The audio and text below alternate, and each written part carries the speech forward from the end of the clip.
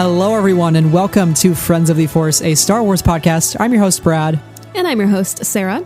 And this week on the show, we are talking about Star Wars Visions, which is the newest anime anthology from Lucasfilm, featuring 9 shorts from 7 prominent Japanese anime studios. And we are so excited because we loved Visions. I will say, spoiler alert, we loved it, Sarah.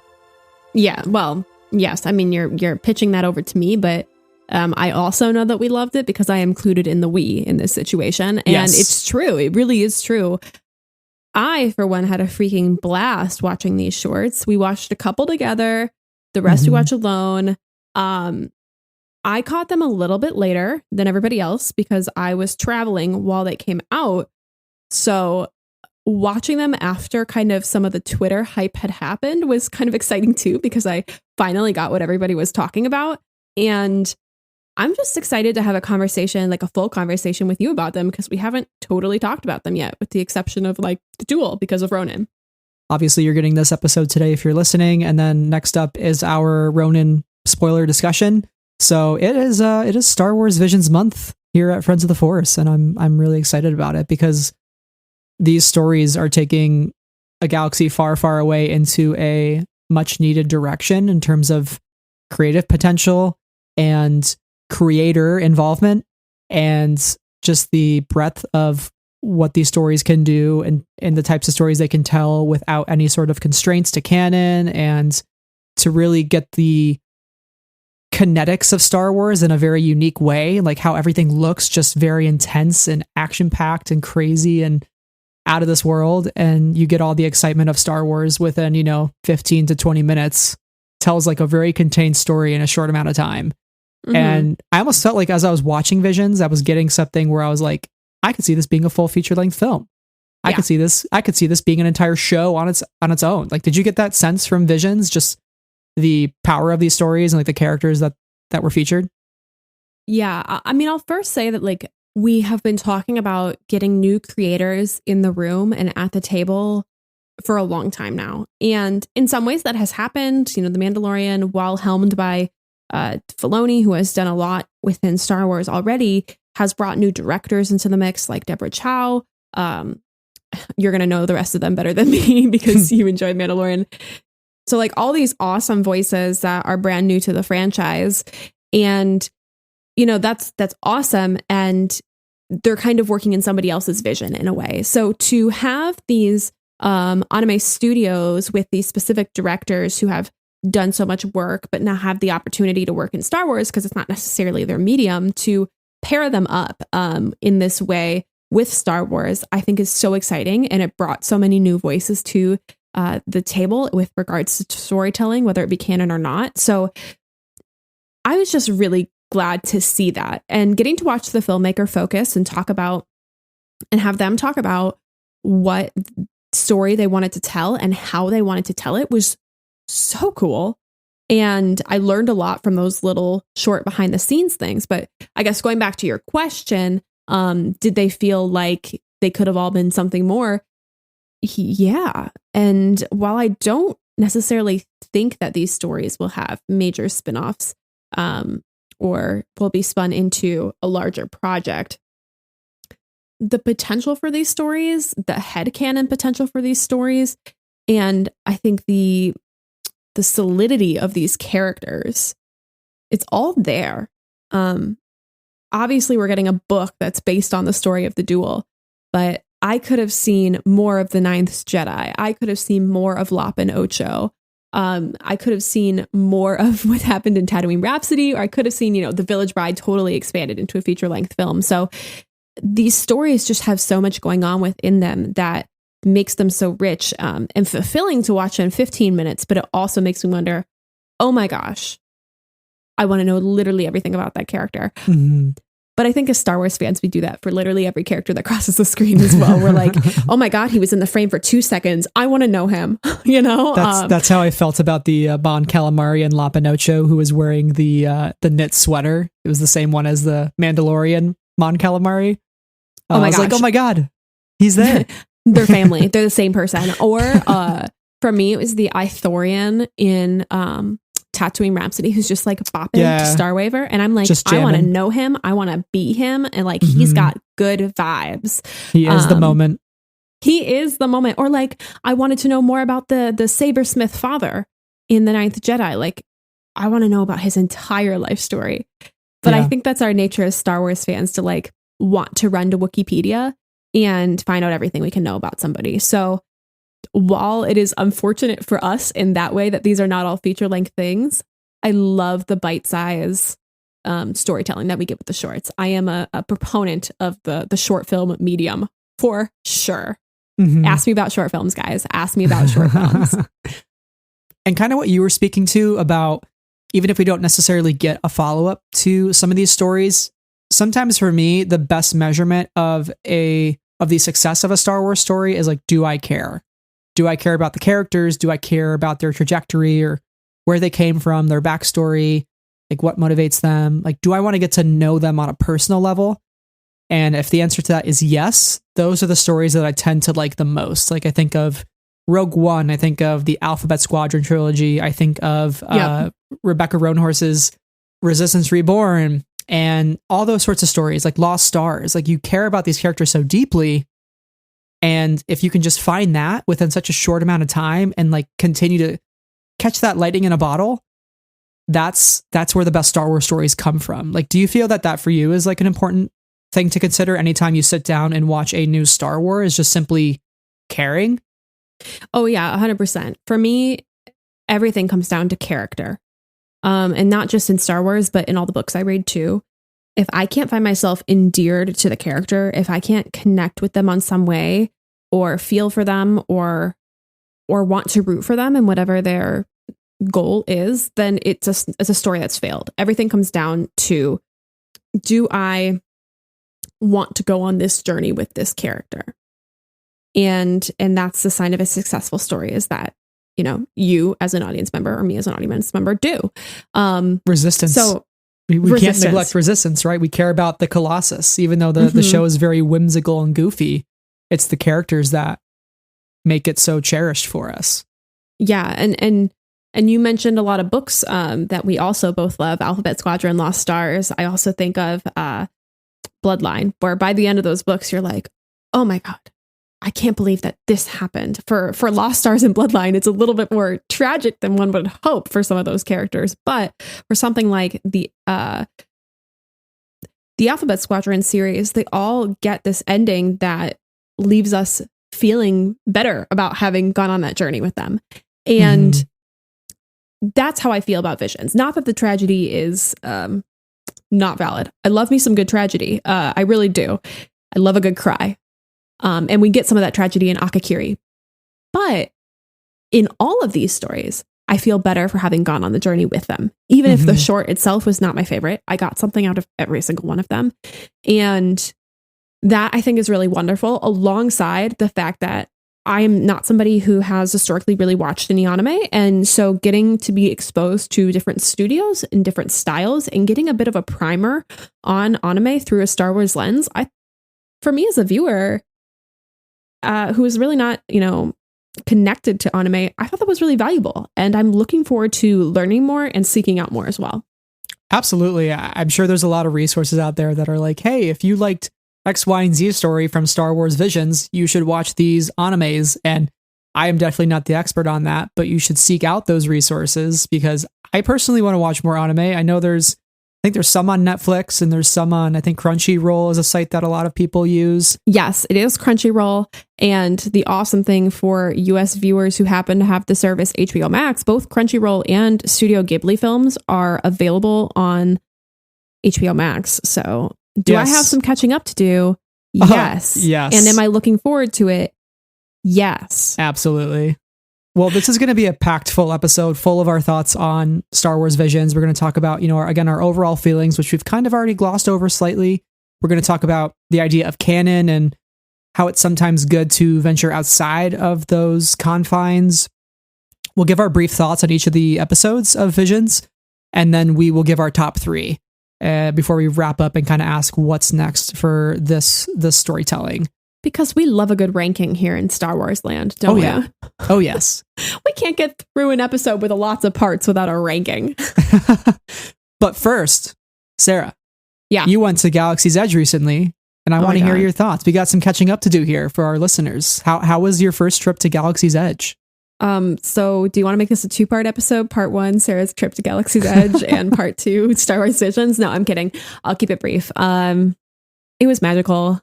It was really soul healing. I went to Batu West, to Disneyland, and I went with a friend, and we had a blast. And she got me blue milk, which was the nicest thing ever. Which, oh my God, you guys, it's it's delicious. I'm mad that it's like $8 because I probably could have had 5 of them throughout the day if it wasn't $8 a drink. So I did it all. We rode all the rides. I rode the Falcon 5 times. I saw Kylo. I saw Rey. Rode Rise of the Resistance, which is, oh my God, you guys, insane, amazing, stunning. Oh my gosh. Waved to Chewie, ate all of the major foods, drank all of the major drinks. Like I did it all. And you were having a party.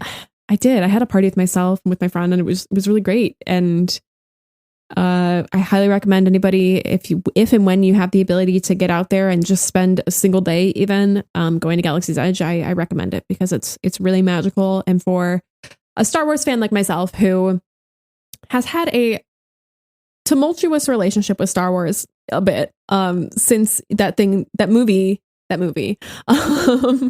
you know, it was really nice to be able to go quite literally back into a time before that movie, since the film doesn't take place into them. I was like, this is Rey Nobody, and she is my girl. This is a little pocket universe that you want to just stay in forever. It was great. It was great. And I cried after talking to Rey because I literally was so starstruck that I could only ask her for a picture. And then I walked away and started crying. And I was like, I can't believe I just said hello to Rey. I love her. I was so overwhelmed. I was overwhelmed by meeting a fictional character. I can't. I'm so dumb. But I just was like, I think I'm falling in love with Star Wars again. And that was, you guys, so refreshing. So refreshing. It felt so good. I can't recommend it highly enough. And the blue milk does rock. And can I explain how it tastes? No. Oof. I can't explain it. Well, first, Sarah, I want to thank you for sharing your story here, because I was getting all your updates and I was living vicariously through you.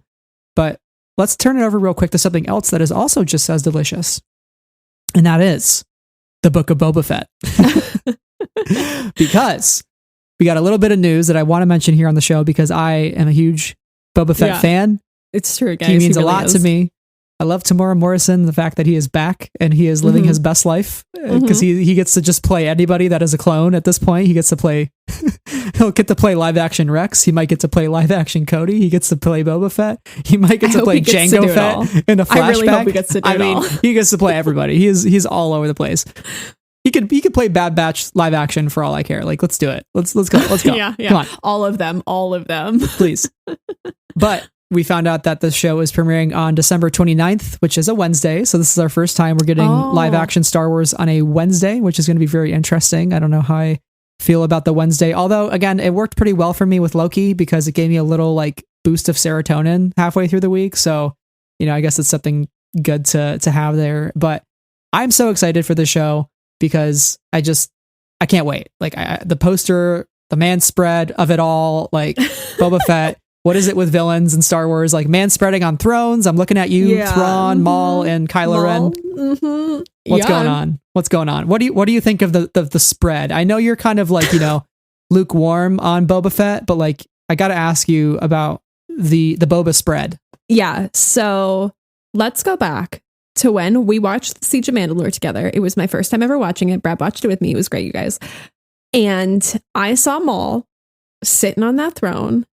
And I had the I am looking respectfully meme going on all over my face. I really did. I'm sorry. I was thirsting and I'll admit it.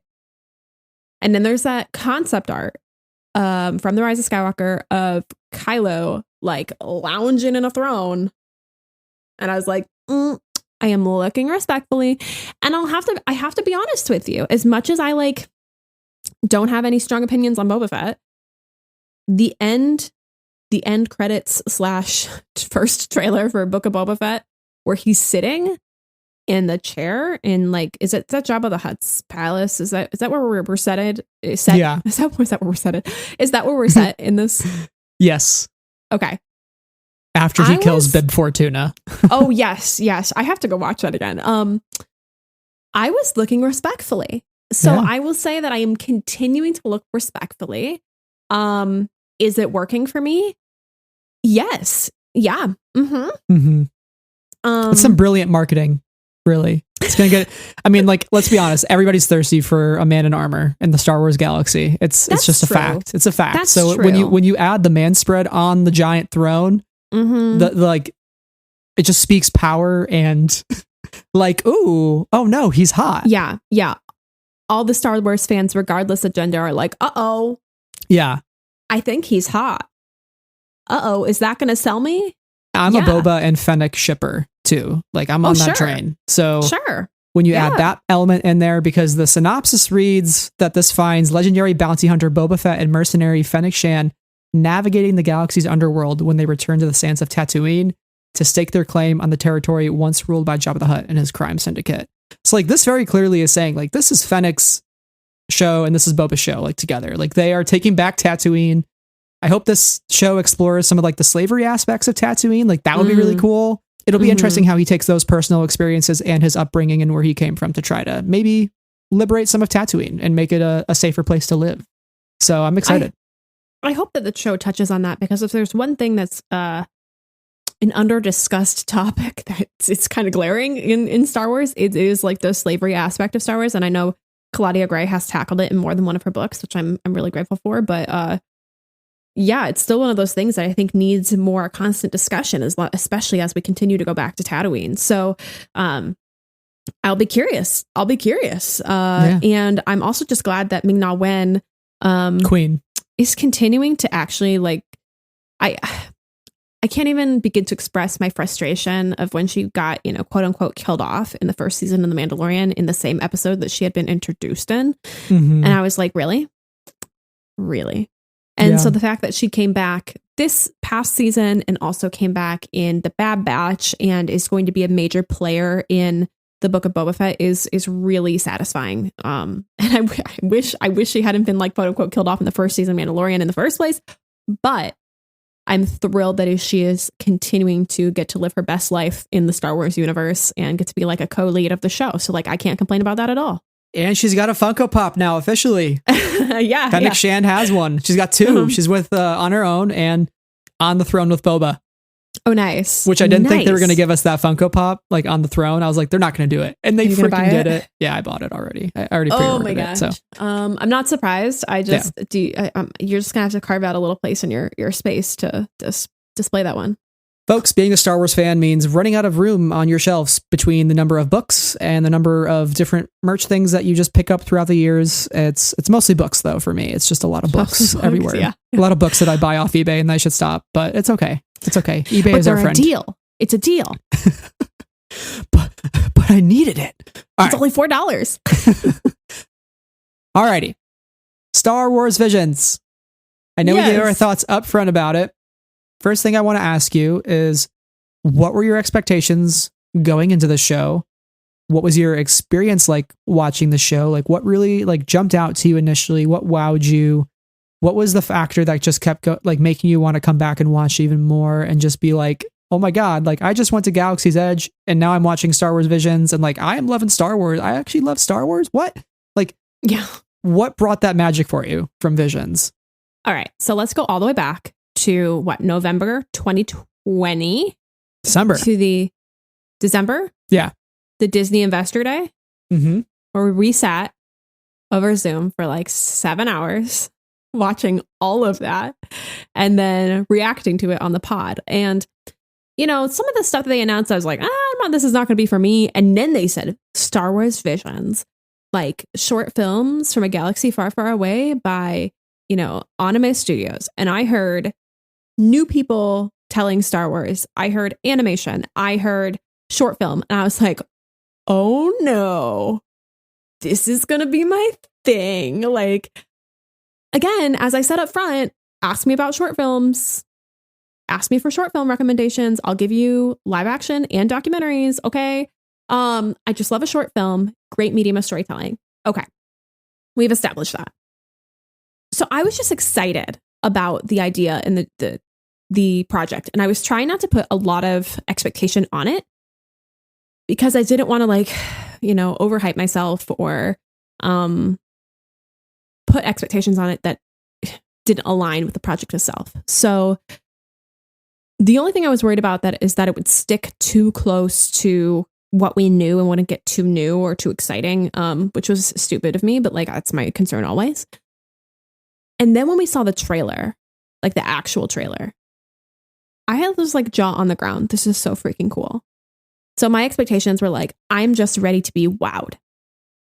And for me, it lived up to that. I definitely felt wowed. I was intrigued the entire time. I appreciated the different styles of each short in terms of the animation and the storytelling and the stories that they told. So I tried not to get my expectations up, or I tried not to get my hopes up. And ultimately, I came out really impressed.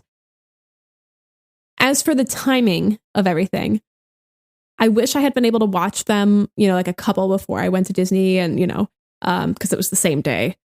And then a couple after, but I was staying with family, and obviously family time is really important, especially during this pandemic when I have not been able to see them. So I didn't worry about it and caught them later. And while I was a little bummed that I couldn't catch them at the time they were exactly coming out with everybody else and join in that conversation in the same way, I'm just really happy to have seen them at all.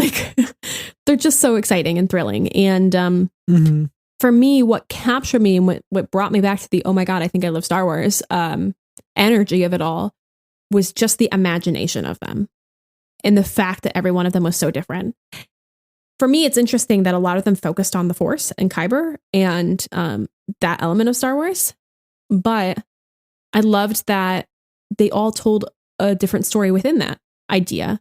TOB1 is completely different than the Ninth Jedi, which is completely different than the Elder.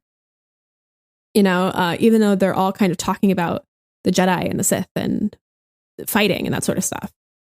And then you have something like Tatooine Rhapsody, which is completely different than everything else. So there's something there for everybody. Right. And I think it's really easy for hopefully all viewers of these shorts to find one short that really sticks with them and resonates with them. So that was a very long-winded answer to your question. What was interesting too is this is the first time that Lucasfilm has released everything all at once. We got all the visions at once. Yeah. I think kind of getting it all at once for these specific types of stories, what they wanted to do and the length of them, I think it really works as a binge, whether you wanted to binge it or whether you wanted to space them out over a weekend or a week, you could kind of choose. But I didn't really feel like I was getting everything spoiled for me online. Luckily, there wasn't too much of that. And I think that was really cool to watch at your own pace and get the breadth of everything at once if you wanted to. And for me, I didn't watch before work. I just came home and I watched everything all in one go. And I was just truly amazed, had a smile from ear to ear, and I felt like a kid. And every time a new episode started and you just drop into a new time and place, and you don't really question it. You're just this is Star Wars. Yeah. You don't really ask yourself oh, I think I had to keep kind of reeling myself back a bit because my first instinct is to always go okay, so is this pre-Phantom Menace? Is this between Revenge of the Sith and New Hope? Is this after? I'm just stop it. Just enjoy. Just enjoy for what it is. And I think of Ram Jamaran, don't try to think of things in the parts of the whole as for what you want them to be, but as for what they are. Yeah. And I think you really have to approach Star Wars Visions through that mentality. You just have to appreciate it and watch it and engage with it for what it is, and not what you want it to be or what you expect it to be, but just for what it is. And it's some really good storytelling. I'm just really impressed with the quality of it and getting it in this specific medium, especially considering the Japanese cultural influences on Star Wars through things Kurosawa's films and Hidden Fortress and Seven Samurai. And it's really nice to have Star Wars reflect that culture finally and made from people who are within that culture. And it's long overdue, but I'm glad that it's finally happened. 100%. And, it's been clear since the beginning that, and George Lucas has stated multiple times that he's been influenced by Kurosawa and these Japanese storytelling and that sort of stuff. However, a lot of the sources for Japanese elements in Star Wars have not been properly attributed or talked about, specifically considering something like Padme's wardrobe. A lot of her styling has been based on specific images from Japanese history. So I think Star Wars can continue to do a better job at acknowledging its influences. But at the same time, I do think that it's really, really wonderful that this particular project is specifically allowing Japanese storytellers to tell the stories that they want to tell within the Star Wars universe and give them the freedom to tell them in the way that they would hope and that they would want to. And one thing that I really took away from the filmmaker focus is that many of these storytellers really have a fandom history with Star Wars and had watched it at a young age or had been inspired by it at some point and dreamed of, being able to tell a Star Wars story like many of us do, and finally getting to be able to tell that story with the reins kind of off and saying, like, you tell the story you want to tell. It doesn't have to be within the confines of what we already have. Feel free to remix it or change it or do something completely different or bring your own history to it. I think it's really valuable. So I hope we get a second season because it would allow there are more anime studios out there. We know this. So to get either some of these filmmakers back or to get brand new voices in the room, I think it's a win-win for fans and for creators alike. Let's talk about canon while we're on that topic, because I think this has been the most interesting discussion about what's going on and like how much of that creative freedom really lent to these stories having some sort of massive impact on everybody. It kind of makes you wonder, does canon hurt more than it helps? What are your thoughts on canon? And I think it helped definitely more than it hurt Visions, obviously. Like, how did it help Visions? And like, should we do more of this type of storytelling where we just like, all rules out the window, tell it how we want to tell it? Yeah. So for me, I love canon. Canon is how I frame my Star Wars world, right? I have only read Star Wars canon books up to this point. I haven't dipped into Legends for some reasons that relate to Legends versus canon, and also for some reasons that relate to how science fiction and fantasy have been written like 30 years ago versus now. But for me, canon is great because canon allows us to kind of have an idea of the bigger picture, to think about the ways that things cross over and connect. And there's enjoyment in that, especially as people who spend a lot of time looking at and analyzing Star Wars and talking publicly about it for an audience. There's a consistency to that I appreciate. At the same time, screw canon, throw it out a window. Like, I don't care, So while I do care and while I appreciate the structure that canon gives audiences, I also think it is too rigid. And especially in the Star Wars storytelling, when we are, and by we, I mean, I think creators at large are still stuck in 1977. And I don't mean that all as a bad thing. But I do think that it can be a trap at the same time. Of course, the original film is, and like, the original trilogy are such a cultural touchstone and like such a moment in history and pop culture history that, of course, they're going to be key going forward. At the same time, Star Wars has appealed to multiple different generations because the stories that are being told to that generation specifically to appeal to them. I'm a prequel kid. I live for the prequels. They are special to me, and their story to me often ranks above the original trilogy. And when you kind of fall into the trap of 1977 all the time, you don't create these brand new stories all the time. Does that make sense? Where I'm going here with this? Yes. Yeah, absolutely. Because if you keep mining from the same well, you're eventually going to reach the bottom of that pit. Right. And I think creatively that you don't want to do that. Right. So not to say we shouldn't use those that iconography from 1977 because it's always going to influence Star Wars in some way. But I think something Jon Favreau said from the making of Mandalorian, which I really loved, was like Mandalorian season 1, they didn't want to do things that were inspired by Star Wars. They wanted to do things that George was inspired by. Yeah. Sure. Right. So they're getting like to the heart of like what made Star Wars Star Wars. It's not, Star Wars didn't derive itself from itself. It derived itself from culture and like monomyth and mythology and like all these things. It's not, you know, Star Wars is just like its own new mythology that is changing and evolving and should be a little malleable. Yes. Because that's when the best stories are told, is when it kind of, you can kind of form it to what you want it to be. But, you know, obviously pay respect to it and treat it with care at the same time.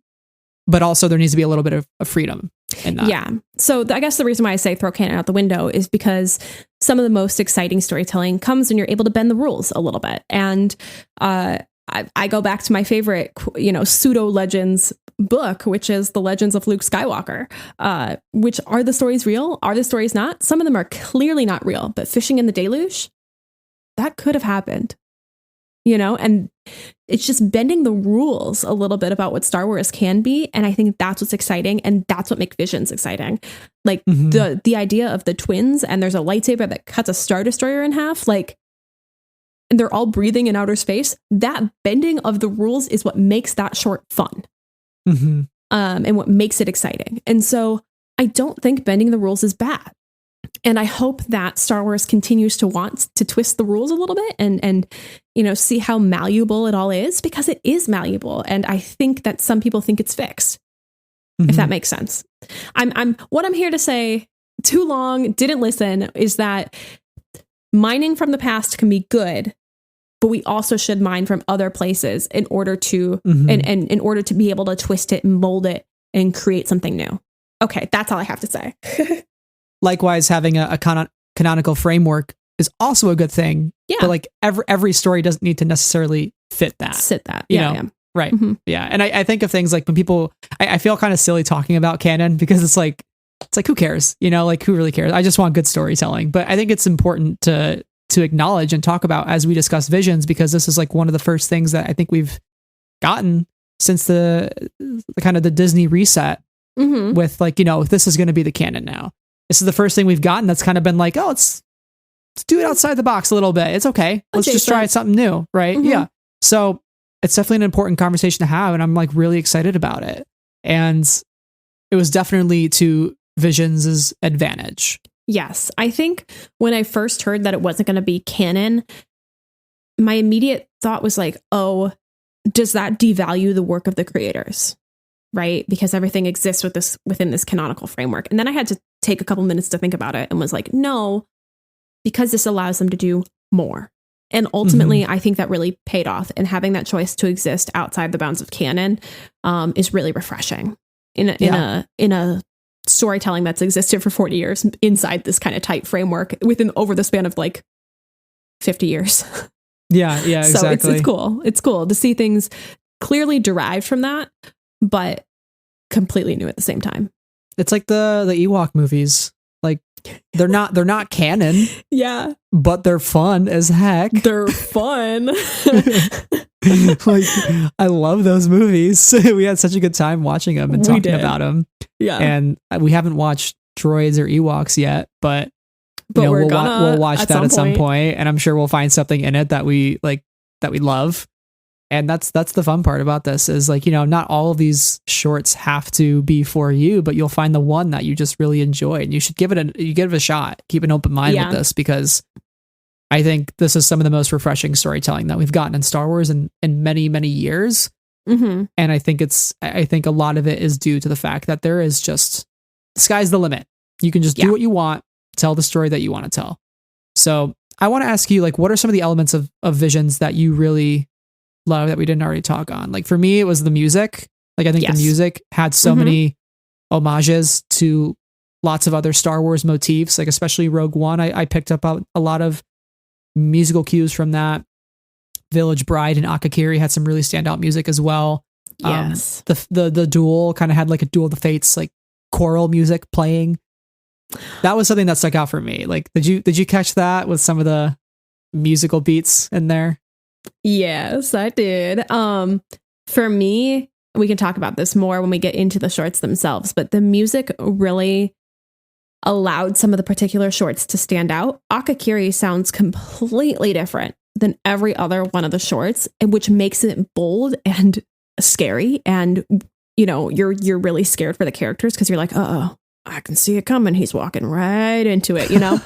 And same with the Village Ride. It's got this melancholic kind of sad yet reverent sound to it. And that's when we watched together. And I immediately got emotional because I was like, oh, this is beautiful. This is beautiful. And the story that it's telling me is something that is heartbreaking and necessary. And I think it's pretty great that it clearly pulled inspiration from the music of Star Wars, but also traditional Japanese music and traditional Japanese instruments. In the Village Bride and the filmmaker Focus, they talk about some of the instruments that are used. And so they use the sho, the shamisen, the koto, and the shakuhachi. Please, I apologize if I mispronounce any of these things.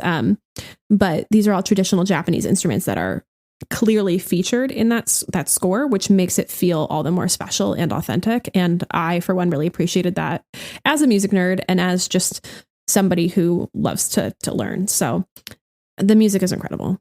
Yeah. Give me the album, drop the album. I'll listen to it all the time. One of my favorite things about Visions is that they didn't lower the bar whatsoever in any area. Like they treated each component of Visions, like the score, the effects, the sound mixing, the acting, all of it is as quality as anything else. Like you would think like, oh, they're 15-minute shorts. No, they like compose this like with an orchestra, this music. Like I was watching the behind the scenes on The Ninth Jedi, which to me, my favorite score is that short. And like the moment when the father lights up the lightsaber for the first time and the music that plays, like you really feel the emotions of that scene just from that. And they even talked about like how that was like a really like triumphant score there in that moment. And the fact that lightsabers have not been seen in quite some time. And like when he lights it up and you hear that music, like you almost feel like you are a part of this galaxy that's like, oh my God, I haven't seen a lightsaber either. You know, like, I haven't seen a lightsaber for 100 years, even though we see them all the time. But it's like you feel that just from the music. Like you feel the importance of that moment and what it means for those characters, that like this weapon is in this man's hand and it's being lit and like it worked and he created it. And now they have these devices again that the galaxy hasn't seen for decades. And that's magical. You don't often get that in Star Wars where like a score brings you to tears. Yes, I do. Well, you do actually, but you might not expect a short film to have as deep of an emotional impact with the music as like an epic film. But it does, and it works really well. And that was something that surprised me the most. Yeah. Again, I go back to asking about short films because like they're so powerful. But you Star mentioned Wars should do more short films, by the way. I agree on anything. Like I will take anything on anything. I love it. But you mentioned that, you know, they really didn't skimp in any area. And that brings me to the voice performances, both, English and in Japanese. And did you watch it primarily as, you know, the dub or the subtitle, like, or both? So I initially watched the English dub. I'm hoping to go back soon and do a rewatch on the sub version. But yeah, I mean, the cast for this, when it was first announced, I was really surprised. I mean, you have Joseph Gordon-Levitt, Bobby Moynihan, Neil Patrick Harris, Alison Brie, Christopher Sean was in it, who's in The Village Bride, and like hearing him laugh and giggle during that, I was like, that's just Kaz. I was like, that's just Kaz. That's my He's boy. laughing. It's my boy. That's my son. That's my boy. You had Kyle Chandler in a Star Wars. Let me tell you, Professor Mataka did not disappoint. I was so happy. I know we talked about that in the original Visions trailer reaction that we did, and I was just so happy about it. And you have Henry Golding in here, who like Henry Golding, sir, Jordan Fisher, a lot of people in this cast. That was just, it made it a really great watch for the first time.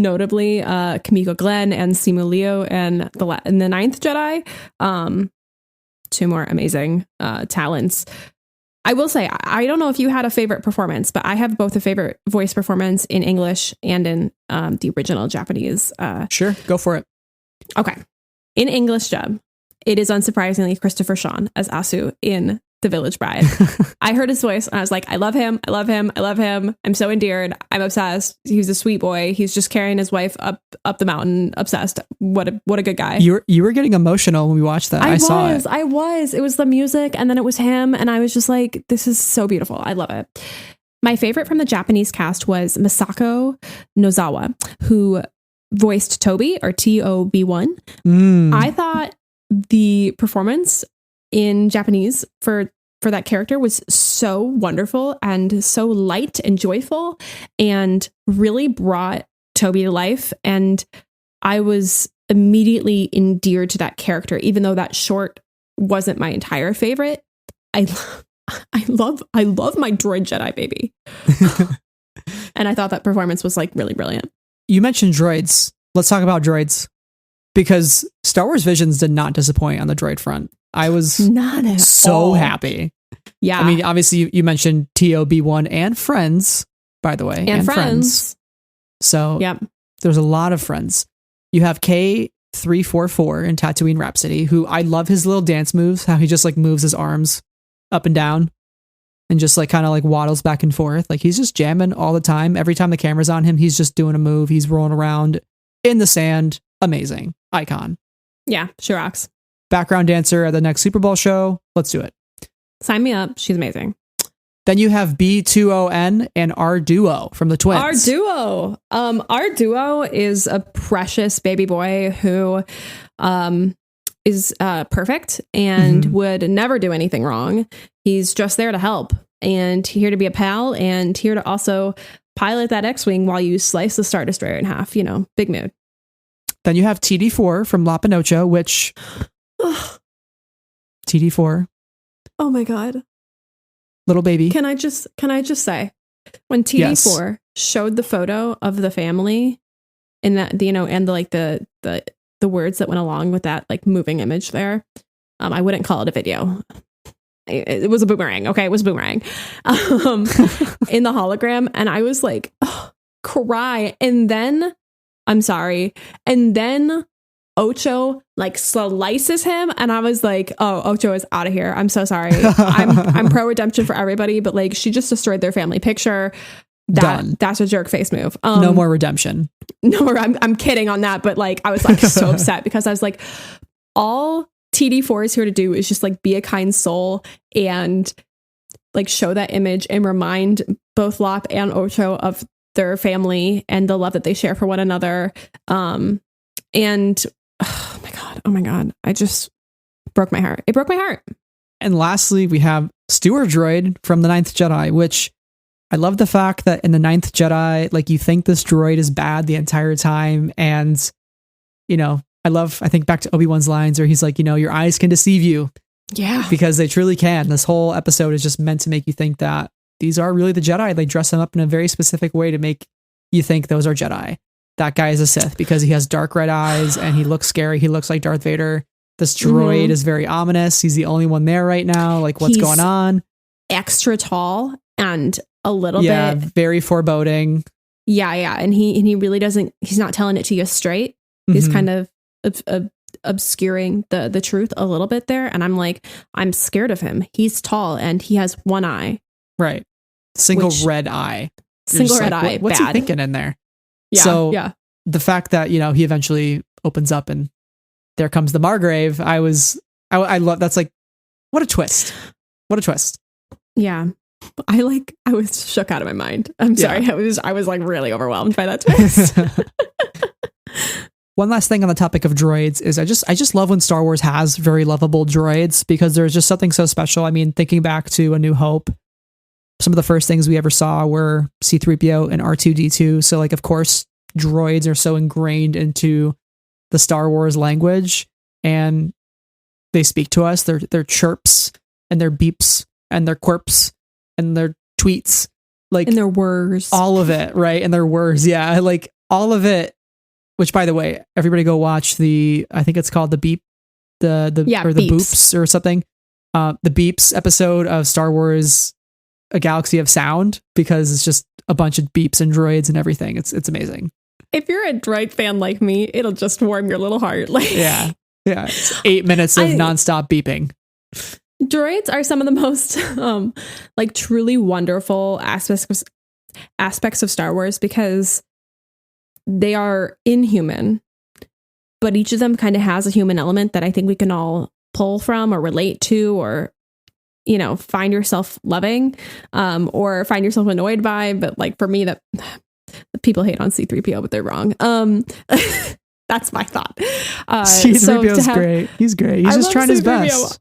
I just relate to him a lot. He had his mind wiped, people. Give him a break. He doesn't know anything. Rude. So sad. That's rude. By the way, that's Bail Organa's fault, by the way. I know we love Bail, but like, that's Bail Organa's fatal flaw. Kind of a dick for that. Kind of a dick. Yeah. 100%. But like having all of these wonderful new droids, I just want to hug them all. And I'm you know, Star Wars is better for their being there, and I very seriously mean that. Yes, absolutely. All right, so we've talked a lot about our overall thoughts and opinions on Visions. We've talked about canon, we've talked about the music, and we've kind of touched on most of the shorts, but now we're going to talk about each of the shorts in a little bit of detail. We're going to run through them all, talk about our highlights, anything that stands out about these ones, and then at the end of it all, we will rank our top 3, because as I said at the top of this episode, you can't get through a Star War without a ranking. So to kick it off, let's start with The Duel. The Duel was produced by Kamikaze Doga, and of course features the Ronin. This is probably like the most talked about episode because it just was the first one, and the book Ronin comes from there. But it's the Ronin. He approaches this village, and shocker, there's a Sith bandit there, and she can step on us whenever she desires. Give us a time and a place, we will be there. Brad, what were your thoughts on this episode? What stood out to you? Well, I really like the art design of it all, how it's black and white, and it really makes those lightsaber colors pop, the red, especially when it goes against the lighting on the face. And I just love the lightsaber fight. I think one of the things about Visions is there are so many new lightsaber fights that I think are just phenomenal. And like when you ask me like what are my favorite lightsaber fights in Star Wars, it's kind of cool that now I can add some more into the mix to think like, okay, let's help rank these ones as well. I love the way that they end up at the waterfall, and he kind of tricks her. Overall, how she's so surprised that a Sith himself is hunting other Sith, and that's really intriguing. Yes. So. And we'll even talk more about this on our Ronin episode in a couple weeks. But I think the cool thing about Ronin as a character is that you don't know kind of where he comes from. He's so mysterious. He's kind of this wandering figure. And I love when Star Wars is like the wandering figure who you know nothing about. And as you start to peel back those layers and kind of uncover why is he the way he is, that to me is fascinating. So that's why you should read Ronin, one. But also the intrigue and mystery around these two characters in this short is what makes it for me too. It's just like, you don't know where you are or when you are, you're just there and you accept it. Yes. Yeah. And I think going back to what you said about like the intrigue of his character, when he opens up his robe and he has all the kyber crystals, it's so striking and scary. And you're like, oh, what's that about? He's killed a man before, you know? Yeah. But I just think the whole way that like this episode is plotted out is really brilliant, because we have the tea kettle that's boiling. We have, oh my gosh, we didn't even talk about mention the droid and the droid section. God. We're fake fans. Oh my gosh. Fake Visions fans. Cancel us now. Okay. Oh my God. Anyway, the hat droid king. There's also like, I think there's a gonk droid in this episode. So like, yeah. Anyway. I loved the way that it was this black and white, episode with only these pops of colors with the electronics and with the lightsabers. So it really, you know, when the Force appears in this town, it's very clear. And I think that's fascinating. And also, here's my favorite thing from the filmmaker focus, the log scene inspired by the Battle of the Heroes. Okay. Ooh. The waterfall moment inspired by episode 1, the palace, like, and then they all get stopped in the duel of the fates. Right, because she puts her lightsaber up against the waterfall and it kind of sizzles, like how Darth Maul, when he tests the laser shield and kind of goes like, tss. right up against the shield. Yeah. Okay, I see in that. that moment of like lying in wait as well. Because he tricks her in that moment too. Which I thought was like a brilliant way to write that story. And I was also okay. I have one more thing to say. This short has the 2 best shots in all of Visions, in my opinion. And the first one is him holding the lightsaber with the Force, with like hands on either side of his face, essentially just right in front of his face. And you're just like, oh, yes. Like, yes. It is so striking. And then the moment he pulls out his lightsaber and the camera just gets longer, essentially, and is kind of following his arm outwards. Yeah. Brilliant stuff. I absolutely live for it. I'm very much considering like changing all of my computer backgrounds and phone backgrounds to like that image. But right now I have art from our podcast as my computer background. So like, I'm a little hesitant to give it up. I need another monitor is what we're hearing here.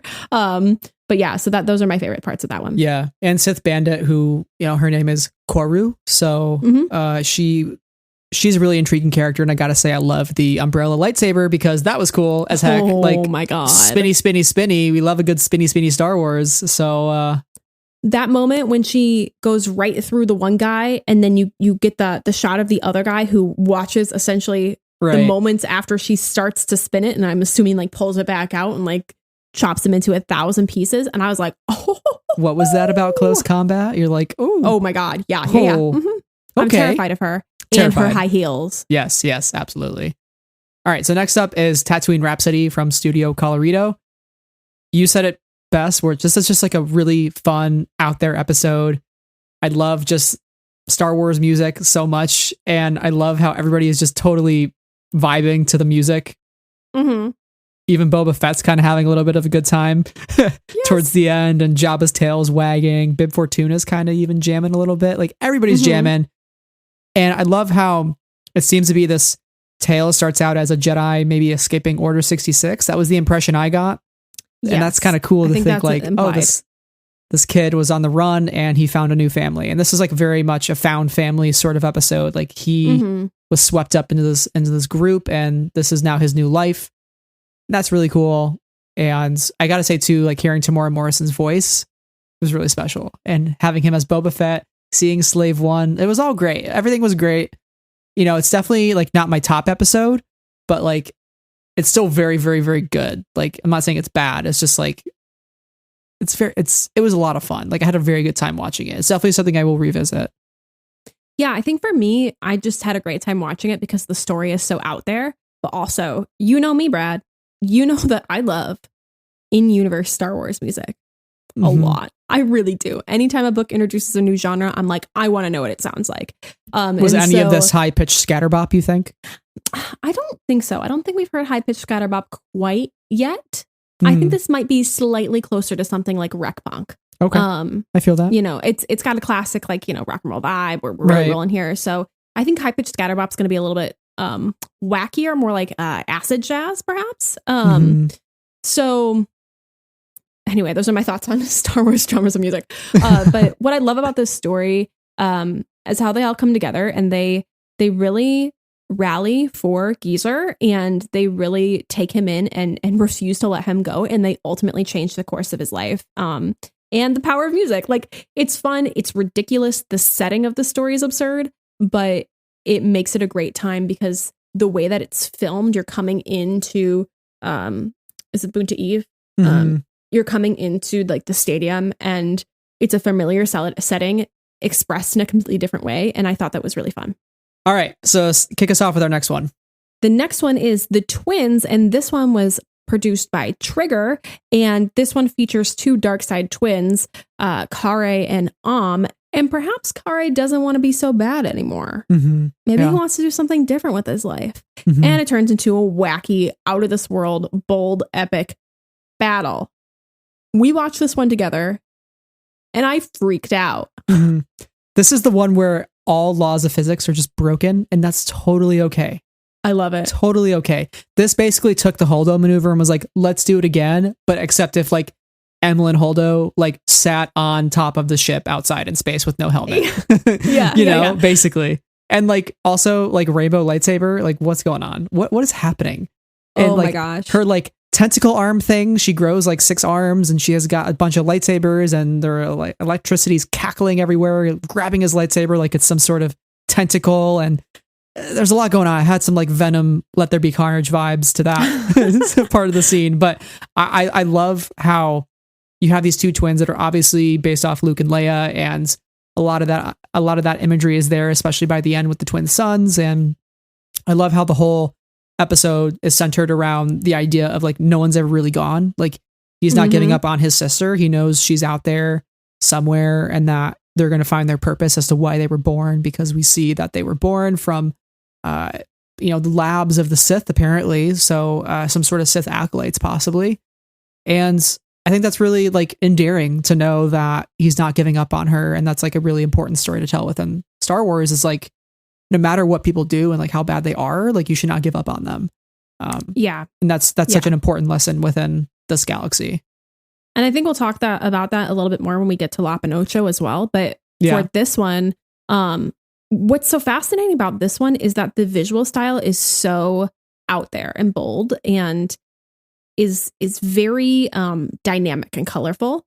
And it didn't strike me at first, despite I saw the twin Star Destroyers, and I was like, ho, ho, ho, what do we have here? Oh my God.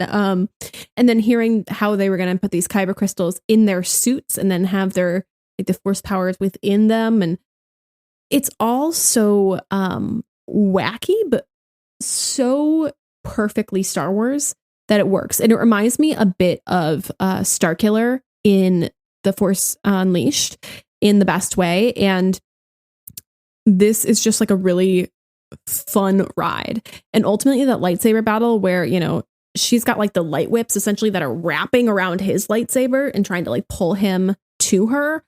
I was just completely enthralled the entire time we were watching this. At the same time, I am just freaking out because I'm like, what is happening? Yes. Like it is off the rails in the best way. And I had a fun time watching it for sure. There's also that moment when he shows her the future and like what her actions will lead to. And they're sort of in this like netherworld of the Force, like this almost world between worlds area where he's like, this is what happens. And she's like, you really think I fear death? And I love the effect when everything kind of shatters around them and like we're back to like the normal scene. It was kind of cool, like having that drop away in such a violent, aggressive manner versus like something more like ethereal and spiritual. It was just like glass shattering, boom, like you feel it with the characters and like you're back in the action. And so like that kind of just speaks to the speed of this episode. It's the definition of faster and more intense. Like I'm sure George Lucas said about everything he watched was like, this is great. It's faster. It's more intense. The acting's great. I love it. Like he's having a great time wherever he's watching these. So hopefully he's watching them, but I would imagine he loves this one just on the sheer amount of hecticness and chaos. And if I may say, throughout all of these shorts, I really love that they are not shying away from scary, messy, villainous women. Yeah. I think we as a society struggle with showing powerful, villainous women. But like I think we still struggle with how we portray women in media as villains or just simply as complex characters. And oh my God, the women villains in this series of shorts are like awesome. Ma'am. Hi. Oh my God. Step on me. But really though, and then I think the final shot where we have like the X-Wing pointed straight down into the sand and it's so beautiful and like the golden hour energy of it all is so good. And there's like a sense of hope at the end. And I think that's wonderful. Next up, we have The Village Bride by Kinema Citrus. And my gosh, can we talk about the heels? The heel moment? The heels. Also something around these series of shorts. Heels, just generally everywhere. And I'm like, yes, I have to respect these ladies because this is a lot of heel time. And like, oof, ankles must be made of steel. The moments that F's heels like clicked open and I was like, what is happening? Like she is the coolest. She's one of my new favorite Star Wars characters, easily. Like her mask, the way it's taken off, and you see at the very end, she's like, I'm a Jedi, and she's holding the bolt in the air and she flips it back at the guy and all the music starts swelling up. her alone is just so amazing. But what I love most about this episode is the theme of like nature versus industrialization. This is also something that's kind of touched upon in Lop and Ocho, but the idea that this world is so tapped into like the natural elements, and like how Asu and Haru, how they go up the mountain, they trek up the mountain, and they kind of do that spell, and the whole blue energy orb kind of expands across the landscape, and all the mountains kind of fall over. And the way that the droids are there, and they've kind of taken over, and they try to excavate the resources, and that's like a very common theme throughout Star Wars, like the idea of like nature versus the Imperial grip, right? Like the fact that the Empire went into many of these planets and just destroyed them. We saw that in Catalyst, the book, how the Empire is mining for materials to build the Death Star, and like what they've done to certain planets. And, you know, that's terrifying to think about. So I love how that continues to be such a major theme within new Star Wars stories. And like, you know, how do we treat nature, especially nature being connected to things like the Force and the cosmic force, and like how the Force is like all living beings, right? And like the rocks even, and the trees. So if you get rid of those things, like is the Force kind of thrown out of balance? And what does that mean for our ability to connect to the Force? Yes. And I think for this short, the music just elevates the short so much, but that the story about nature and bringing in specifically that Japanese culture, the director talked about, and please forgive me if I don't paraphrase this totally correctly. You can go to the filmmaker focus and really get what he's saying, but like how there is this sort of, it's not a religion, but it's a reverence to the mountains that exists in some aspects of Japanese culture. And so he wanted to include that in this story in order to bring that Japanese energy to it, and that specific Japanese story. And I think while that, you know, that history comes from Japanese culture, it really, the theme is universal at the same time. F is incredible, as you said. And I loved the bride and groom, especially voiced by Christopher Sean. And their story was just so sad, but also very beautiful. And then you mentioned the shoes. Oh my God. But also the B-1 battle droids. Yeah. Voiced by Matthew Wood. I look how they're like, when I think it's Izuma throws his helmet, and they're all pointing at it going, whoa, you know. I was like, yes, I love battle droids. Yeah, so there's like a lot of good moments in this one, and this is the one that I really would love to see expanded all the way out to a feature, because I was like, I could get more of this you know, nature versus you know, Empire kind of energy. I could get more of F. I could get more of these lovers and this culture that exists in the mountains. I want all of it. And our friend Kirk on Twitter, she was like, Village Bride is my everything, and I had not seen it yet, and now I'm also like, Village Bride is my everything. It's fine. Yeah. By the way, too, her carvings on her yellow lightsaber, that's like a thin blade, like a samurai sword. Thin blade. Oh my God, so cool. I forgot to mention so that. Awesome. Yes. Yeah, that was awesome. The fact that she like zips through the guy too, I'm just like, what is happening? And then he just like falls to the ground. Yeah. And you just see his body fall out of the frame. Oh my God. Love that for me. Okay. Yeah. This brings us to the next short, which is The Ninth Jedi, produced by Production IG. And this is a bit of a two-parter in the stories that it's telling. It's got this father-daughter story, the Sabersmith and his daughter, but it also tells the story of this young Jedi who is called to this, you know, far remote planet because they've mined Kyber and they've made some lightsabers for some Jedi. So he's there with some others, and not everything is what it seems, Brad. Something that I learned from watching the documentaries for these episodes was that originally this was going to be two separate episodes. They were going to have a 10-episode season of Visions, and one would follow the father and the saber making. The other would be the masterless Jedi, the Sith, the Margrave, all that stuff. And as they were developing it, they kind of figured this might actually work together as one singular story. And like, I love the way that the two interweave between the others, but something that feels so almost magical about this episode is the feeling that the Jedi are not something that are readily accessible. They're not around anymore. Clearly, like, you know, the fact that the Margrave is trying to gather Jedi to create a new order and a bunch of Sith show up. I love that. I love how the Jedi are almost like an extinct species. And the fact that a lightsaber hasn't been seen in such a long time. And I spoke earlier to the musical moment when he lights the lightsaber for the first time. And the father looks at it. And then when the droid lights one up, everybody else looks at it. And they're just so mesmerized by this object of ancient history. And there's something really special to that about how you as a viewer are kind of uncovering what happened to the Jedi and like, will they return? And you're kind of wondering too. Cara felt almost like a Rey character. I could have really seen this story being like episode 7 as I was watching it. I was like, I could totally see like this being an episode 7 plot, like where you have this character whose dad makes lightsabers and they're trying to bring back the Jedi or something. And, you know, maybe they went extinct after Luke's temple blew up or something. I don't know. But I really got some vibes that like, this is just like, there's something so, it felt removed from everything. But at the same time, I was like, I could see this logically be placed somewhere within our current thinking of timeline, what Star Wars looks like. Yeah. Even if it's like maybe a bunch of years after the Rise of Skywalker, like this is just a fascinating setup. I love it. I love it so much. And seeing how it all comes together at the end with the twist and the new crew like walking out very gloriously and they fly off in a ship together. I'm like, I need to know what happens next. I'm like, I need to know everything. I want these characters so badly. Like they're amazing. They're all amazing. Okay. I just realized, the grumpy pilot droid. Oh yeah. The grumpy pilot droid. He's everything. Sipping like his tea oil. He's like, I will work once I am done. And she's like, I don't have the time, buddy-o. Like, you're going to take me to the temple, please. Right. Well, and then there's 4-9, who's her little small companion droid. Oh, yes. Yeah.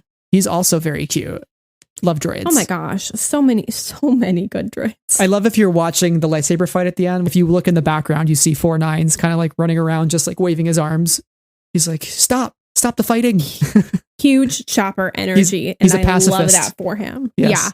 Yeah. One thing I thought was really fascinating about the lightsaber like lore of this episode is the fact that the lightsaber kind of shifts shape and color depending on who is wielding it. And I think it was so cool that, you know, the first moment where the sabersmith picks it up, his is a bright blue lightsaber in the very classic style. And then Cara picks it up and it is kind of nebulous. It's translucent. It doesn't have a color. It's the wrong length for, you know, her dimensions as a person. And then all the quote unquote Jedi pick it up and boom, they're all Sith. I was yelling.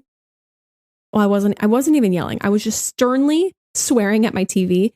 And my mom from downstairs was like, Sarah, are you good? And I was like, no, things are not going so great for our heroes. Things are kind of turning bad. So this, it really got me. And I'm so curious about the fact that this could have been 2 parts because I think I would have loved to seen it.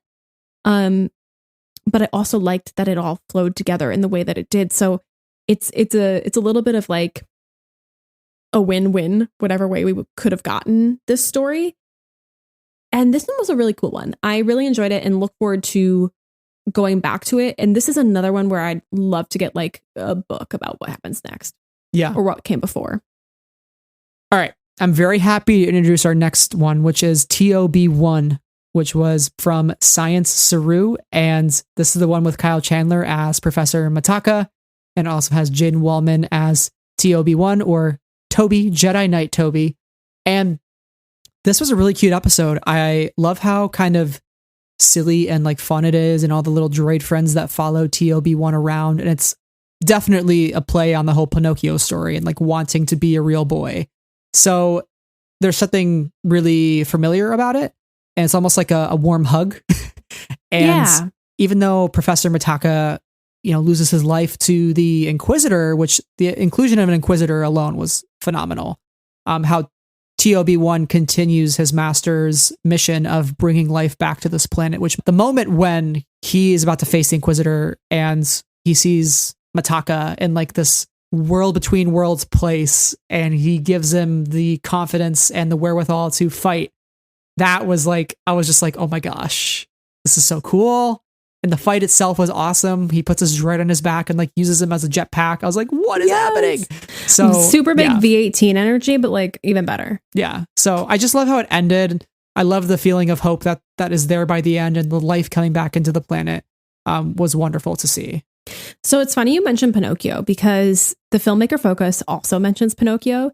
They talk about the animation that they watched as children, the creators, and then they also talk about going to Disney classic films and referencing specifically Pinocchio. And I was like, that's incredible. So they wanted to go with a more retro style, and you can really see that it feels childish, and I say that positively, and it feels whimsical, and it feels like, you know, this is a story of a kid, and he's a droid, but he's also a kid. And so they said a couple of things that blew my mind. I did not put together 2 and 2 that like this was an Inquisitor until the person in filmmaker focus said Inquisitor, and I was like, oh, what? Well, I think TOB1 says like Jedi killer too at some point, which I was like, oh, that's it. Inquisitor. That's how you put it together. Yeah, because he said Jedi. Smart. Yeah, and it kind of looked like the fighter looked like the fighters from Rebels a little bit.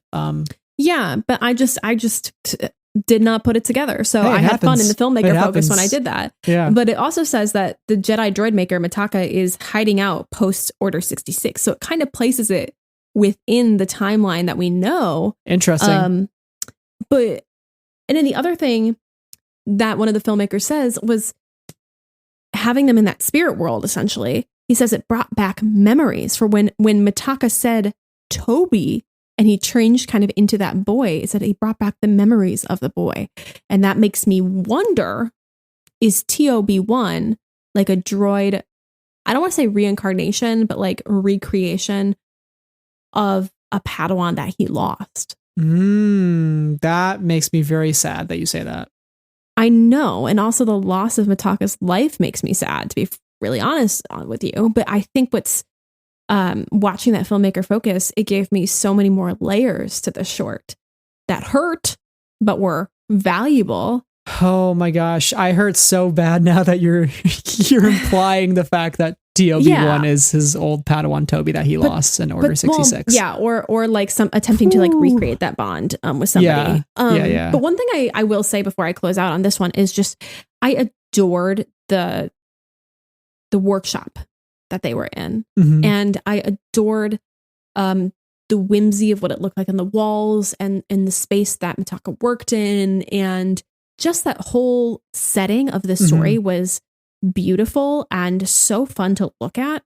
That alone makes the short worthwhile. Also the zany sounds. You hear a lot of sounds while you're in the workshop, and it kind of feels like, like you're twisting things, you're pulling things, you're bopping. It's twist it, pull it, it's bop a bop it. Yeah. It literally feels like you're like inside of a bop it, because you're hearing all these like little noises. And like in my mind, I think of like TOB1 and Mitaka like tweaking certain things and building things, and that's the impression that you get from being within that workshop, just on the sound mixing alone, which is really cool. Mm-hmm.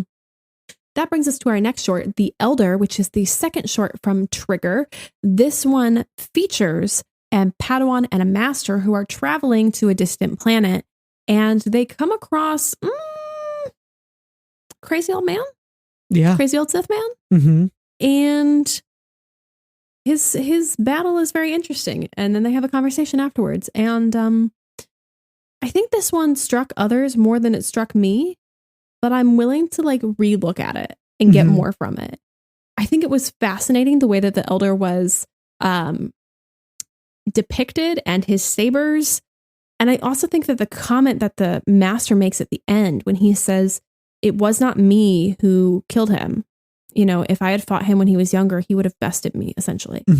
It was time that got to him." Yeah. He says he couldn't win against the weakness that comes with age. No matter how powerful you become, no, it will not last forever. Yeah.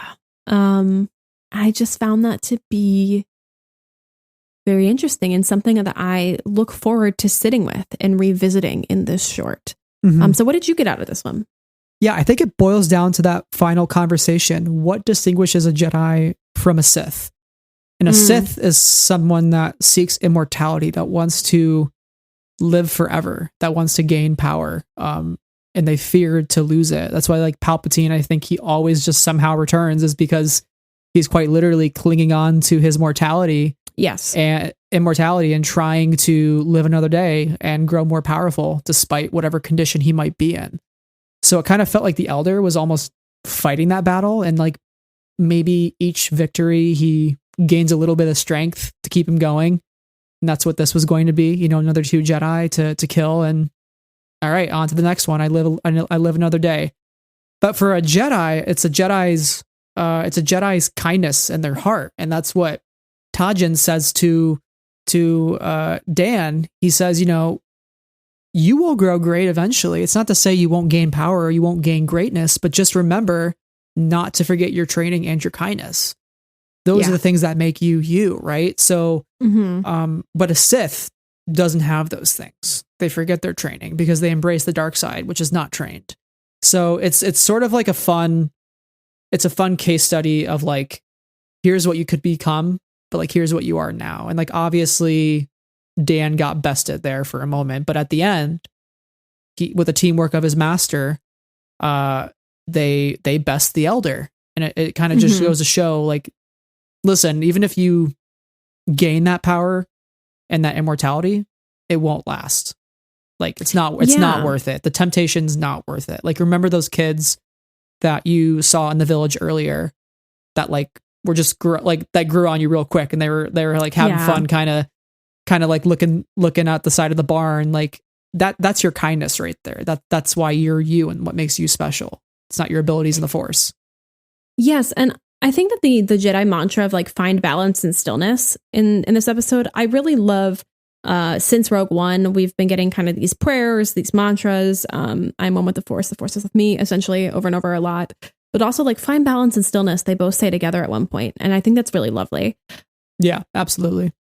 So next up we have Lop and Ocho, which is from Gino's studio, and like I mentioned earlier, this is another story about the effects of industrialization on a natural environment.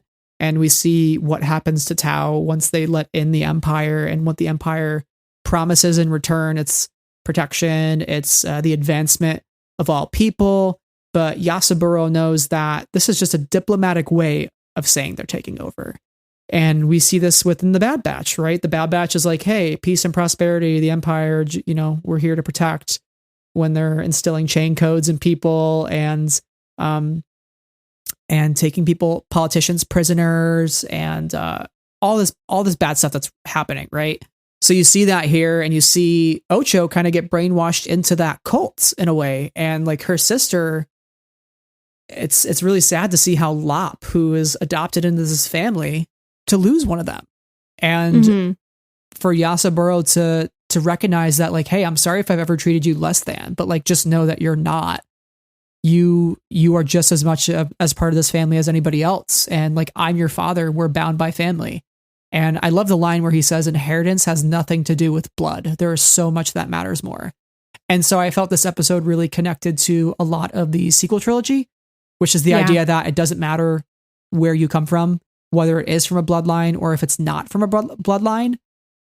It's really who you surround yourself with and like what family that you choose, because you don't have an option to choose your blood family. That's not given to you, but you do have an option to choose a family outside of that if you need to.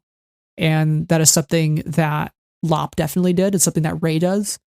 And I think that's a really like poetic message for this short. Yeah. And I have to go back to like the nature and industry thing, because it's even clearer in this short than it is even in The Village Bride. And it's sad to see the ways in which the planet has changed, and which especially Ocho has changed. You know, she's the one who essentially convinced her father to take in Lop when Lop escaped slavery. And then she gets caught up in her own ego and loses herself to the dark side. And I think what's so beautiful kind of about the end of the short, when Yasaburo hands over like the ancestral lightsaber, is just the way in which you can come from anything and be anybody, but also in the way that he has hope for Lop, and also ultimately hope for Ocho in that same way. And at the end of the story, the filmmakers talk about the way that you kind of hope that you hope to think that they will go on and reconcile in the future, and she will not give up on Ocho. And I think that's really lovely. But notable also from the filmmaker focus is that Lap and Ocho has hand-painted backgrounds, which kinds of gives it the lived-in feel and is very beautiful. But also they talk about the idea of wabi-sabi, which is a really interesting idea. And I quote, melancholic but harmonious ending. So it's kind of that the so-so feeling, but contentness at the same time. Hopefully I'm not completely butchering that idea. But I just thought that talking about that idea was really interesting. Wabi Sabi talks about, and I'm on Wikipedia, an acceptance of transience and imperfection. So that goes back to the melancholic but harmonious ending. And I think that's very interesting to bring into this story. Right, because the ending is pretty abrupt. It's just Ocho saying, we can be one happy family. And that's like the last thing that you hear. So you're kind of left on that cliffhanger to wonder, okay, what's next? Are they going to go? They're going to still go after Ocho. Like they're not giving up on her. That's something again that we saw in the twins and is very evident here. And I don't know if we can hammer it home enough that Star Wars is about redemption in a lot of ways and saving the ones that we love, because family is the core of these stories. It's the relationships that we have with others and like loving one another. That's what George has always said. It's just about loving people and being selfless.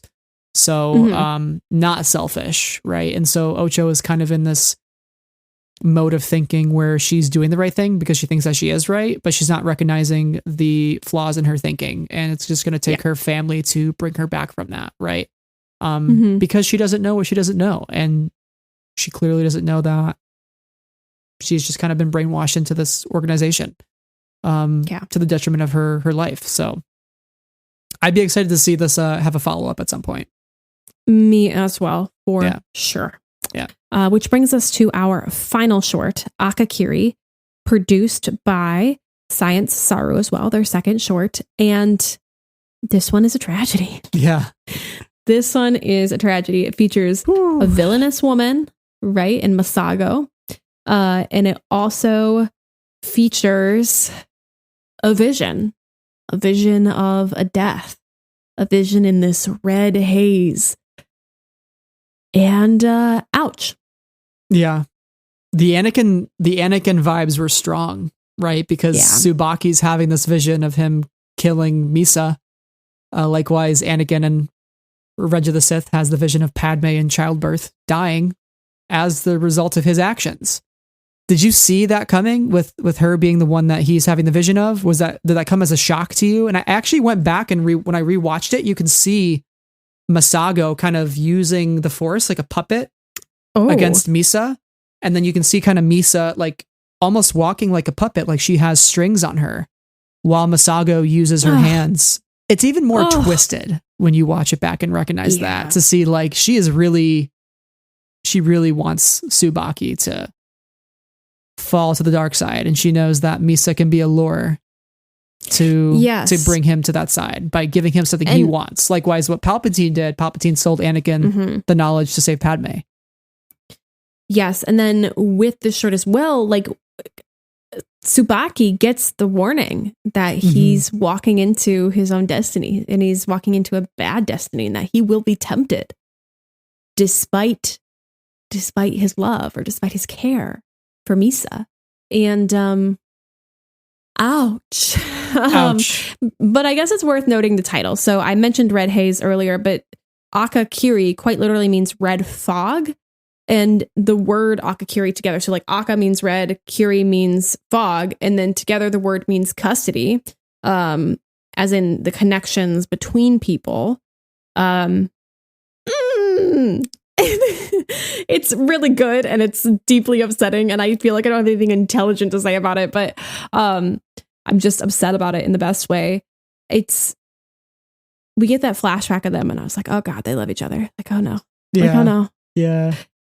And to just watch like Misa wake back up and see his fall, it's very Romeo and Juliet-ish. Like, what have you done? And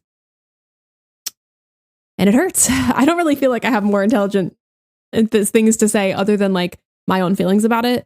But I will say that the filmmakers also said that this one, alongside the Duel, were inspired by Kurosawa. So really notable to mention that influence as well, which makes me feel like I really, really ought to go back and watch Kurosawa's films. So, yeah. Oops. But anyway, sadness. Akakiri is sadness.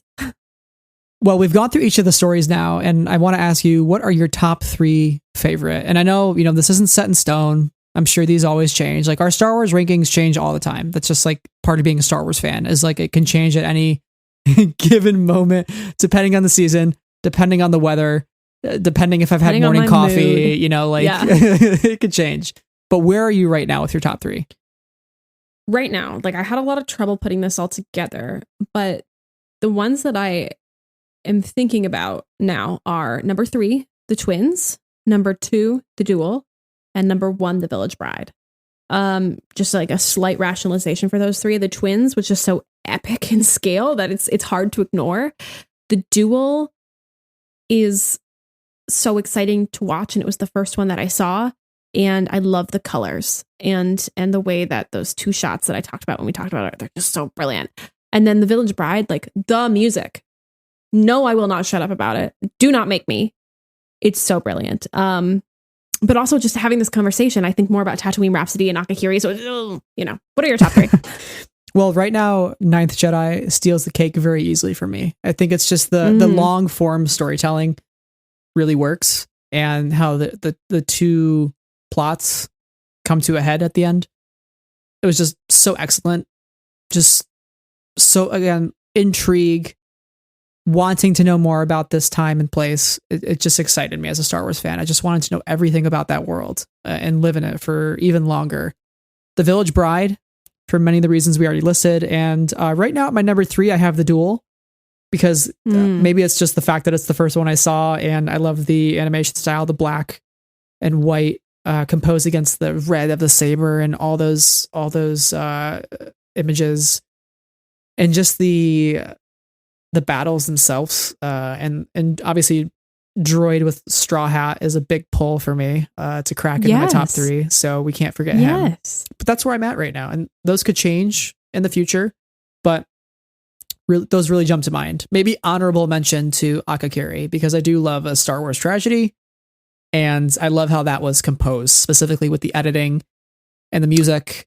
And the visions kind of flashing, and also the change in the color at the end when Tsubaki kind of comes to, and after his eyes change color and the entire environment is red. Like, that alone, I was like, shit, this is some good stuff, right? And the point of view looking up at Masago when her eyes are pure red against her dark silhouette, I was like, that's chilling. That's chilling. So I could see that cracking into my top 3 potentially. For sure. And I think the more that I watch these, the more that this will change around, or my feelings will evolve. And I look forward to that, because there's just still so much to enjoy about these shorts. To close it all out here, I think we've talked a bit about, wanting this show, or this, project to get a second series, wanting more of these stories to expand out into larger stories of some sort. Do you think it'll actually happen? And what's the future of all this? I think we'll get more visions for sure. And I think that because if Lucasfilm is paying attention, they will see how the Star Wars fan community has rallied around these stories, and like the fan art that's being shared, and the appreciation for everything. And again, the fact that you are involving new creators and expanding the franchise in a way that hasn't been done in quite some time. I think it's very important to continue that work. It could be, again, like you said, new anime studios. It could be some of the same ones. I think there are a couple stories that should definitely get sequels. The Ninth Jedi definitely jumps to mind immediately, as well as Lop and Ocho. I think those, and the Twins, I think those would be my top 3 to get a follow-up episode. But I would love to see like a 10 episodes. That'd be awesome. And like executive producer James Waugh, in an interview with Cinema Blend, he said, could Vision scale into other places? We're having those conversations right now of how far we want to take it. As far as more shorts, as of right now, that's not necessarily something we are actively planning, but we definitely reserve the right to say, look, everybody's bought into Visions. We really love the potential. We are deeply passionate about these shorts. We just sort of hope the audience and the fandom and the communities And if they feel the same way, I think there is real possibility for that. But we have to see how people react next week and assess. This was before the premiere. But I mean, obviously he's going to say that's not something we're actively planning, because that would be a huge bit of news there. So they might still be actively planning it and he just can't say. But I think looking at the reaction generally, they should definitely follow up with more. I will respectfully say that I think they would be fools to only leave this here. Yeah. And I mean, I say that with the utmost kindness, because like there's just truly such rich potential with more stories being told and more creators being brought into the fold, whether they be canon or not, whether they be completely new stories or all sequels of these ones. I just think there is so much here, and to continue to expand people's awareness of anime, whether you be like a new fan like myself or somebody who really knows it, you're bringing in anime fans to Star Wars, bringing Star Wars fans to anime, and merging these two mediums and these two ideas. And I think it's really amazing. And I hope that it continues to kind of like the marketing push so that new audiences, maybe more mainstream audiences, pick up on this, because you and me were going to watch this no matter what. We run a Star Wars podcast, we talk about this stuff on the daily. We exist on Star Wars internet. But, somebody like my cousin who like kind of enjoys going to the movies and watches Mando, she didn't know about this. Or she wasn't inclined to pick it up. And she's very much a casual fan. So I hope that more casual fans get exposed to it, enjoy it, and find something to really pull from it. Again, kind of bringing all these different aspects of fandom and outside of fandom together. I think this could be something that they do for many years. I mean, I personally would love to see Visions every single year with like a book. I think that would be excellent. Like if you can make Star Wars anime like a regular staple of the franchise, where you're getting new stories told every year. Like what if's doing a second season next year, or maybe I don't know if it's next year, in the coming years, but they're doing a second season and they're bringing on new actors like from the franchise to reprise some of their roles. That's really exciting. So that should continue. Absolutely. I agree with you. It'd be one of the biggest missed opportunities, I think, if they didn't continue with it. So fingers crossed. Also, I just think generally that Star Wars should continue to invest in animation. Does this come from some of my salt from Resistance only getting 2 seasons? You bet. And I know we're continuing with Bad Batch, but at the end of the day, like, we are adult people podcasting about Star Wars. At the end of the day, Star Wars is for kids. And like a short like TOB1 that is accessible to a child, that brings them in a new way, a Saturday morning cartoon perhaps for a child, like heck yeah, oh my god, like it's clear to me that is the way to go. And I look forward to hearing an official announcement of however they're expanding these stories. I'm just going to put that energy out into the universe. Yes, because that's what I want. Manifesting right now in here. Yeah. With that, I think that brings us to the end of our episode. But before we kind of go into our closeout, this is Visions and Visions adjacent month, people, on Friends of the Force, because we have a discussion on Ronin, the book, all the spoilers, all of our thoughts. There's so much happening in that book, and it is fascinating. And I'm very much looking forward to talking about it on the pod.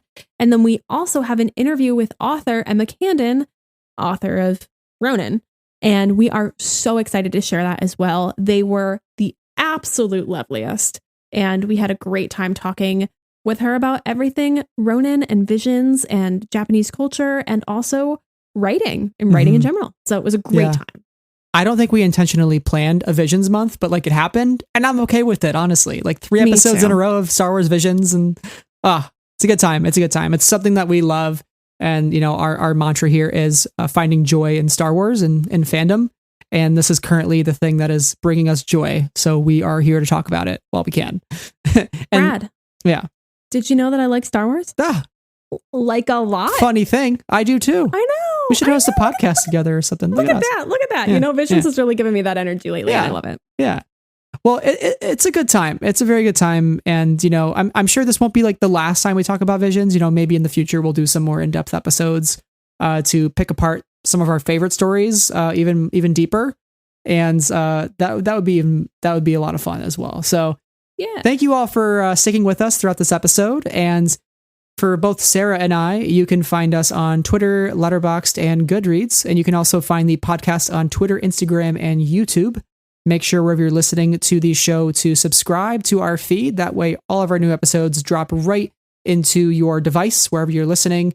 And if you have a couple extra minutes in your day, please leave us a written review and let us know what you like about the show. Helps us feel good, but it also helps other folks find the podcast so they can join our Star Wars discussion and all the cool things that we're doing here in the coming year ahead. It's kind of scary to think about, but we're only like 8 months away from Star Wars Celebration. So, we're going to do some cool things. We're like planning for the many months ahead, and I'm really excited for all the cool ideas that we have in store. Longtime listeners, remember Denny's? Because we haven't forgotten. We haven't forgotten about the Grand Slams.